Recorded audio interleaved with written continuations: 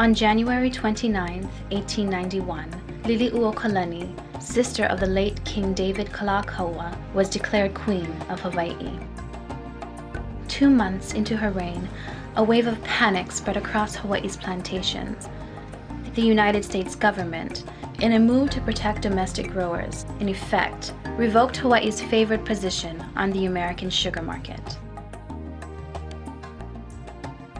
This creates a major problem for the Hawaiian sugar growers. They have only one outlet now, one chance to survive. They have got to become part of the United States. A group of white sugar growers and businessmen formed a secret society with one goal: the annexation of Hawaii into the United States. In Honolulu, annexation was not Liliuokalani's primary worry. She was working to override the Bayonet Constitution of 1887, a constitution despised by Hawaiians. It had diminished their political rights, and now they would push their queen to regain political power. They came to her in the traditional way, coming to the ali'i for redress of wrong, to get rid of this terrible document. She had a new constitution drafted and waited for the right moment to announce it to her people. But 2 of her ministers, both of American descent, betrayed her. They went to the annexationists with news of her plans.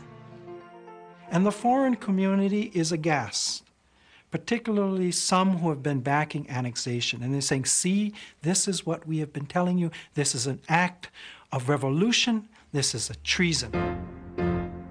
Her opposition regrouped, this time calling themselves the Committee of Safety.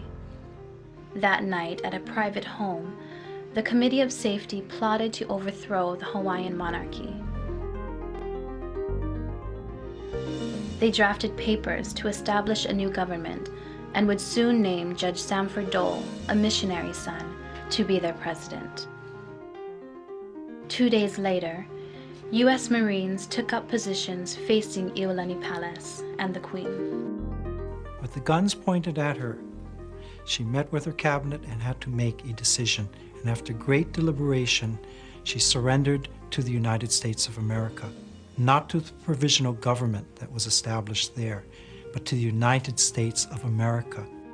Her surrender read, I, Liliuokalani, by the grace of God, yield my authority until such time as the government of the United States shall reinstate me as the constitutional sovereign of the Hawaiian Islands. In Washington, D.C., a new president was coming into office.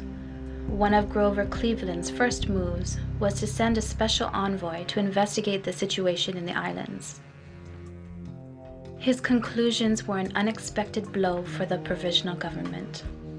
Not only did he condemn United States aggressiveness and the conspiracy and the secrecy of it all as illegal and wrong-headed and immoral, but he urged a very pragmatic and moral solution to the problem. Put the Queen back in power. The provisional government was asked by President Cleveland to resign in favor of the Queen, but they refused, sandbagging the palace in preparation for a showdown. The president was shocked, but unwilling to use force against Americans. In a deft political move, he referred the matter to Congress. The Queen wrote, "When the U.S. is ready, she will undo all that her minister has done." Many of Liliuokalani's supporters did not share her optimism. In 1895, Robert Wilcox helped to lead a covert operation to restore the Queen to power, but his actions would only make matters worse. Accused of knowing about the plot, Liliuokalani was brought to the palace, where she would be held to await trial. She wrote, "The only charge against me really was that of being a queen. The object was evidently to humiliate me, to make me break down in the presence of the staring crowd. But in this, they were disappointed." Liliuokalani was sentenced to 5 years of hard labor and fined $5,000.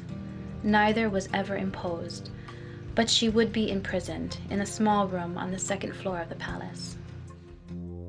Under the threat that 6 of her people will be executed, she signs a document that is not only an abdication for herself, but a statement that the monarchy itself is over, that the kingdom is no more.